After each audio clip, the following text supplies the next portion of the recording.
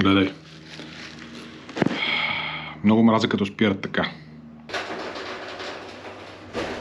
Поздрави от Слънчев Австралия, как си, как е денят ти до тук, ден мечтателю, радвам се да те видя. Днес ще говорим за горивата, за поскъпващите цени на визите, за лихвите. Ще включим дори един данък, който би направил Австралия една от най-богатите държави в света, но правителството упорито отказва да го въведе. Всички тия интересни теми ще ги включим в днешното видео, защото е важно да знаеш какво се случва тук в Австралия. Ако си решил да идваш насам. Аз си спомням, че като бях в България, въобще не ме интересуваха тия теми. Мислех си, това в другия край на света не ме засяга, но когато дойдеш тук, нещата стават реални много бързо, защото започва да те удари в джоба. Така че днес ще ги обясня накратко и ясно, така че да ги разбереш, така че както аз бих искал някой да ми ги беше обяснил, когато живеех в България. Започвам с горивата.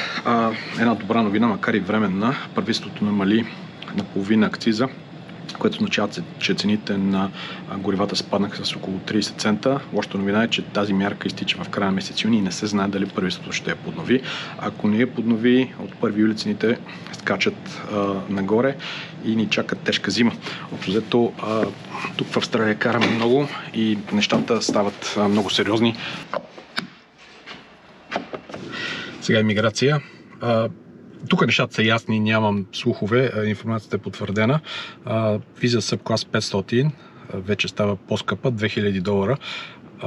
Общо взето, това е ясен сигнал от правителството, че иска кандидатите, които идват тук в страната, да са материално осигурени. В никакъв случай не искам да те обезкуражавам. Казвам ти го, за да го имаш като информация, защото не е готино, когато започнеш, изведнъж нещата да те изненадат. Новото, което ме радва в системата е Skills in Demand. Нещата вече са много по-прозрачни, много по-лесно можеш да разбереш дали професията ти попада в списъка на тези, които се търсят. Като че ли има прогрес в тази сфера, макар и трудно и бавно. Продължава и натиска за регионална Австралия, Пърт и Аделаида, Сидни и Мелбърн като че ли не са вече приоритети. Това е неща, които трябва да знаеш, но разбира се, ако имаш нужда от миграционен агент, аз работя с Лазар, линка е в описанието на видеото, може да поговориш с него за конкретика.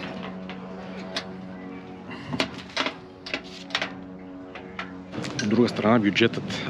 Има и предвид, че бюджетът излиза вторник. Все още всичко това, което споделям с теб, са спекулации и вътрешни информации.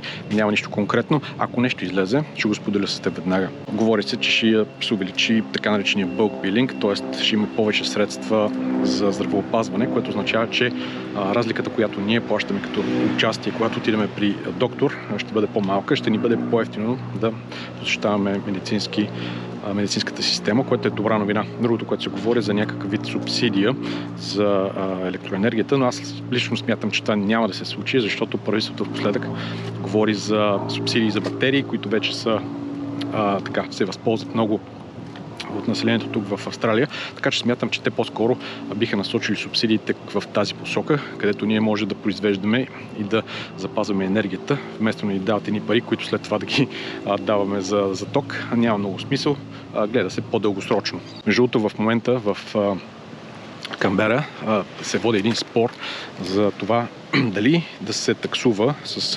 25% данък износът на газ. Както знаеш, подобен модел имат в Катар и Норвегия. Тук в Австралия обаче ние упорито отказваме да вземем някакво смислено решение по въпроса. Правителството се дърпа, независимите кандидати пък натискат. И двете страни имат интересни доводи.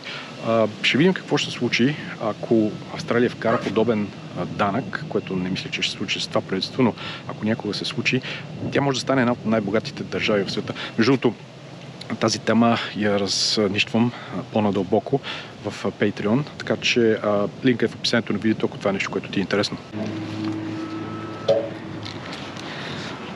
Страхотно. Мирише на прясно костена трева. И сега най-важната тема – инфлацията.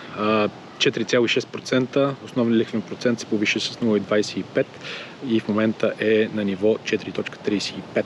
Централната банка побърза да бори инфлацията с едно покачване, което не е приятно, защото ако имаш ипотечен кредит на стойност, да речем 800 хиляди, има и преди, че имаш 20% самоучастие, тогава на месец трябва да се бръкнеш с едни допълнителни $130 благодарение на това повишение от 0,20%. животът става много труден, дори и тук. И ще кажеш, пич, какво ме интересува всичко това, аз съм си в България. Да, в България си, но ако дойдеш тук, нещата започват рязко да те интересуват.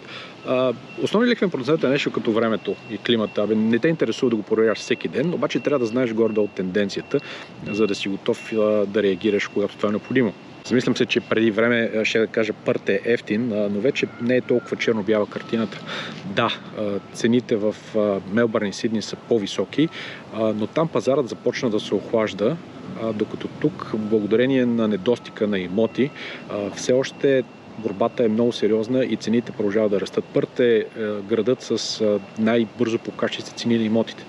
Въпреки това, средната им стойност е по-ниска все още от тези в Мелбърн и Сидни, така че бих казал, че Пърт е по-изгоден град като място, което може да се заселиш. И още нещо, ако търсиш кола, сега е точният момент да купиш нова или употребявана, защото дилърите в края на годината стават много агресивни и искат да разкарат колкото може повече автомобили от паркингите си, така че са супер агресивни и пускат добри оферти. Сега е момента да потърсиш кола за себе си. Кои от ти теми ти беше най-интересна, кажи ми в коментарите и разбира се, абонирай се, ако това видео ти беше от полза. Ще се видим в следващото видео. Чао за сега! В тази част на годината въобще не знам какво става. Много е трудно да разбереш, трябва ли да се обличаш ли, да се събличаш ли, трябва да си готов за всичко.